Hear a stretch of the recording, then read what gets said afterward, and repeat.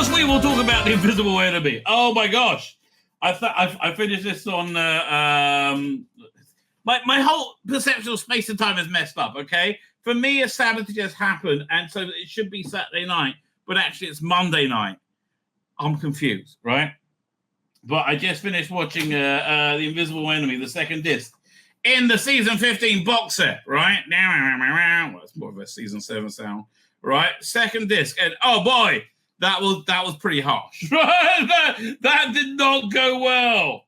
That did not go well. Oh my gosh, I would not call that. What's a little booklet? That is not something I would call a success. I am afraid. I think this really highlights the. Here it is. There's a little booklet. Got the little booklet. I think this really highlights the success of the season box sets because you get to be able to appreciate the season in the shape of a season, right? And you get to really understand television production from that time. So the problem is certainly not in the script. Quite a good script. Problem is in the realization. I would say realization stroke the BBC method of making television, right? Which sometimes you can get lightning striking perfectly in a bottle, right? And you get like Horror of Fang Rock, right? A near perfect Doctor Who story. Oh, I love the Horror of Fang Rock. Having just watched it, right? I will say Web of Fear, another near perfect Doctor Who story. Man, I love Web of Fear. All right. Trout is great in that. So yeah. But okay, so the script for this is quite good. However, it's the realization that really kills this. Amazingly, in this mess of like mediocrity, right? Which is what the realization of it is. You have the incredibly strong design of K9. Right, an incredibly strong and enduring designer K9, who we all love, right? I think it's like Tom Baker's performance with K9 that really pulled it off, right? Let's say I was holding onto the leash there, but yeah, it's like you have this like sea of mediocre shit, and then in the middle gold. And if Doctor Who is going to be Doctor Who, of course it's going to make a robot dog. Right, and I mean, of course, that's the sort of bonkers shit Doctor Who does, and does it so well. Oh, we love it, right? We absolutely love it. Sadly, the BBC production method was awful. So you get this kind of like disjointed tale told badly with bad production values. Yeah, okay, that's it. A disjointed tale told badly with bad production values. I did quite like some of the special effects. I watched the updated effects and they were okay, but I did like some of the model work I thought was right. Well, not Space 1999 level, it was like very Dunkirk spirit. And I appreciate that, right? Like yeah, I thought this was it's great and it's shit all at the same time. I mean, like, I really liked it. I thought it was really fun. And I like the earnestness of the work that went into it, right? But it's still shit. I'm sorry. And that's how much the story was, right? It was, again, good script, good story.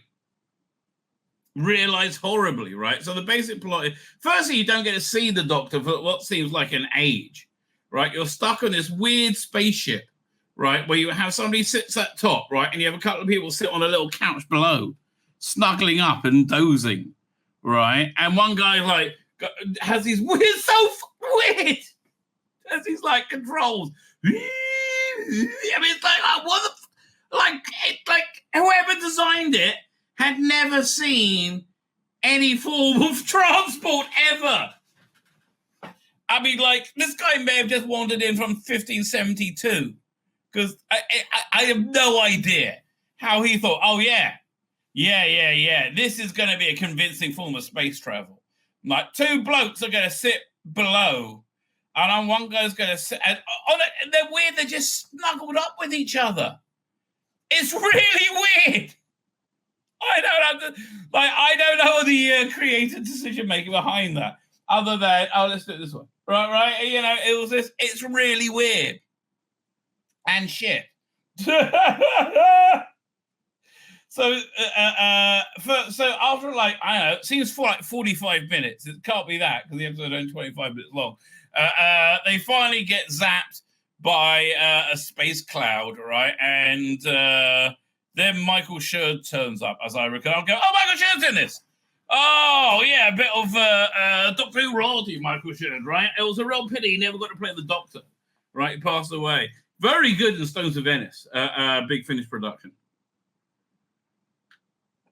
So, and look, the central idea is a really good one, right? It's an infection, right, that transfers to people, but eventually wants to go from the micro to the macro and become, like, you know, a universe-destroying entity, right? Force.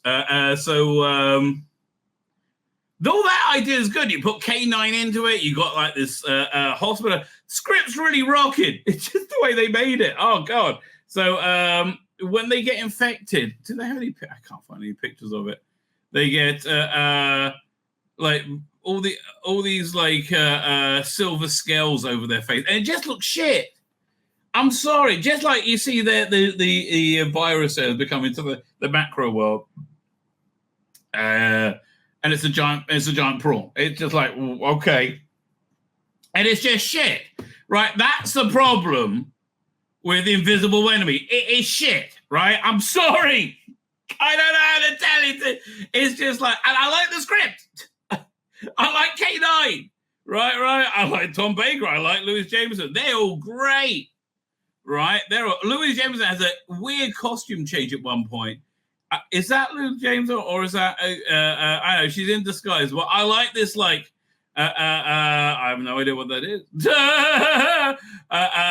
But yeah, this look was very hot, right? This green spandex thing, very hot.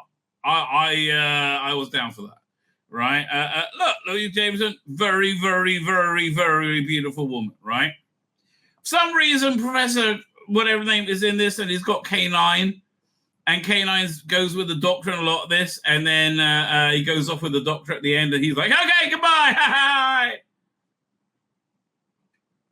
Forget about me forever. Okay, bye.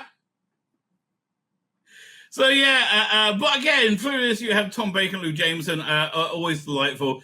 The central thread of it is, as I said, the making of a reimagining of the Fantastic Voyage, where they go, where they shrink people down, they go inside. And that, again, great script. It really is. It's a really good story. Just butchered by production, right? It really is. It's butchered. Oh, God, it's so horrible. So they have to shrink themselves. There's a Doctor and Leela clone that go inside Doctor's body to wrestle the virus, right, for an episode, or maybe more. I can't remember, but generally, again, look, regulars are great. Tom Baker's not on screen enough. K9 is a delight.